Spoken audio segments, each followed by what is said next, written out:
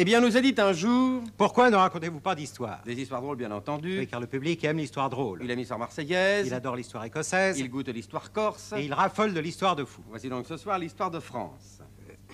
Autrefois, notre pays s'appelait la Gaule. Et ses habitants des Gaulois. Leurs prêtres s'appelaient des druides et les Gaulois les adoraient. Surtout au bleu. Non, venez pas. Non. Venez pas. Non, on n'aime pas le poisson, on n'aime pas le poisson. Puis vinrent les Francs. Les Francs n'avaient pas de devise. Non. Leurs ennemis disaient volontiers le franc ne vaut pas cher. Déjà. Le plus célèbre des Francs fut Charlemagne, fils de son père et de Berthe au Grand-Pied. Patronne des agents de police. Les croisades. Godefroy Bouillon organise la première croisade. Ce fut en quelque sorte le premier voyage organisé. Quelques croisés célèbres. Saint-Louis, Pierre l'Ermite. Et Vasisdas, croisé d'origine germanique. Saint-Louis aimait faire la grâce matinée le dimanche matin. C'est pour ça qu'on disait de lui, il est très pieux. C'est une boutade. Pierre l'Ermite, surnommé ainsi à cause de ses vêtements pleins de trous, n'avait pas de cheval. Pour se rendre à Jérusalem, il fit du croisé-stop. Jetons à présent un coup d'œil sur la guerre de 100 ans. Oui, voyons tout de suite comment ça se termine, parce que alors ça, c'est pas de la tarte. Les Anglais occupaient la France depuis de longues années. Mais une jeune Lorraine à l'oreille fine brûlait du désir de sauver la France. Son désir se réalisa. Elle brûla. Faut pas dire ça. Pas. Une autre Jeanne célèbre. Jeanne Hachette. Jeanne Hachette était dépensière. Elle devait fonder une librairie. Bien connue aujourd'hui sous le nom de librairie Gallimard. Et voici François Ier. François Ier était très grand. Le principal adversaire de François Ier était Charles Quint. Petite anecdote, bonjour monsieur Quint.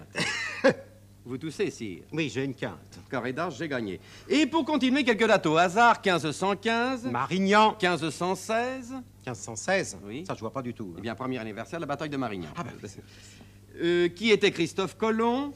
Christophe Colomb, qui habitait Gênes, disait « Je veux découvrir l'Amérique, car à Gênes, il n'y a pas de plaisir. » À son retour d'Amérique, il fonda avec un camarade de régiment nommé Kléber, fonctionnaire au PTT, une fabrique de pneumatiques qu'ils appelèrent Kléber-Colombe. Ce qui fit dire à sa vieille maman « T'as des goûts de riche, Colombe. » Oui. Gutenberg, qui lui manquait de caractère, inventa l'imprimerie. Quels étaient les noms des six bourgeois de Calais? Eustache de Saint-Pierre, Bismarck, Aznavour, Bernard Buffet, Boussac et Boucharac. Ils devaient s'associer plus tard avec les trois mousquetaires pour fonder les 100 000 chemises. Nous sauterons Henri III, ce qui ne change rien à l'histoire, et voilà Henri IV. Où ça? Non, c'est une image. Ah bon, pas là, d'accord.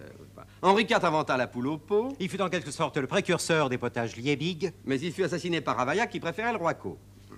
À la mort d'Henri IV, son fils Louis XIII était mineur. Oui, on ne sait pas si c'est dans le Nord ou au Creusot, ils ne disent pas. On dit que Louis XIII est un fils de sa femme et que Richelieu appelé Louis XIV, qu'à son tour est un petit-fils nommé Louis XV, qui devait avoir par la suite un petit ça va. fils. C'est pas, faut pas confondre monarchie et maternité. Je vous en prie, ne confondez pas. Voici donc Louis XIV. Louis XIV, allons-y.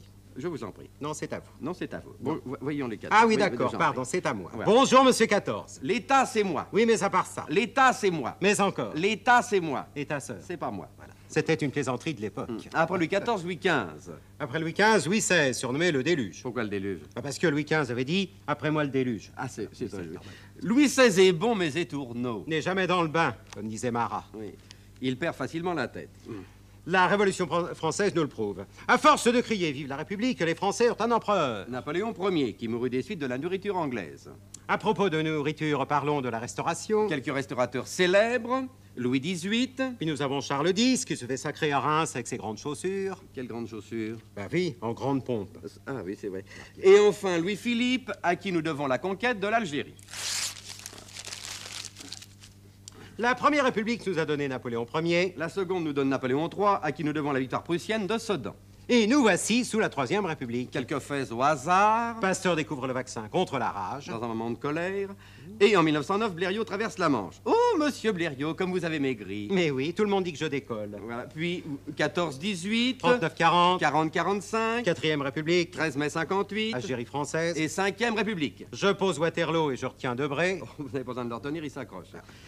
Je divise Louis XIV par Henri II. Ce qui donne Charles VII. Vous ajoutez 2 gouttes de Louis XVIII. Une larme d'Albert Lebrun. Vous envoyez le tout 4 ans en Angleterre. Et ça vous donne quelqu'un qui vous avait compris.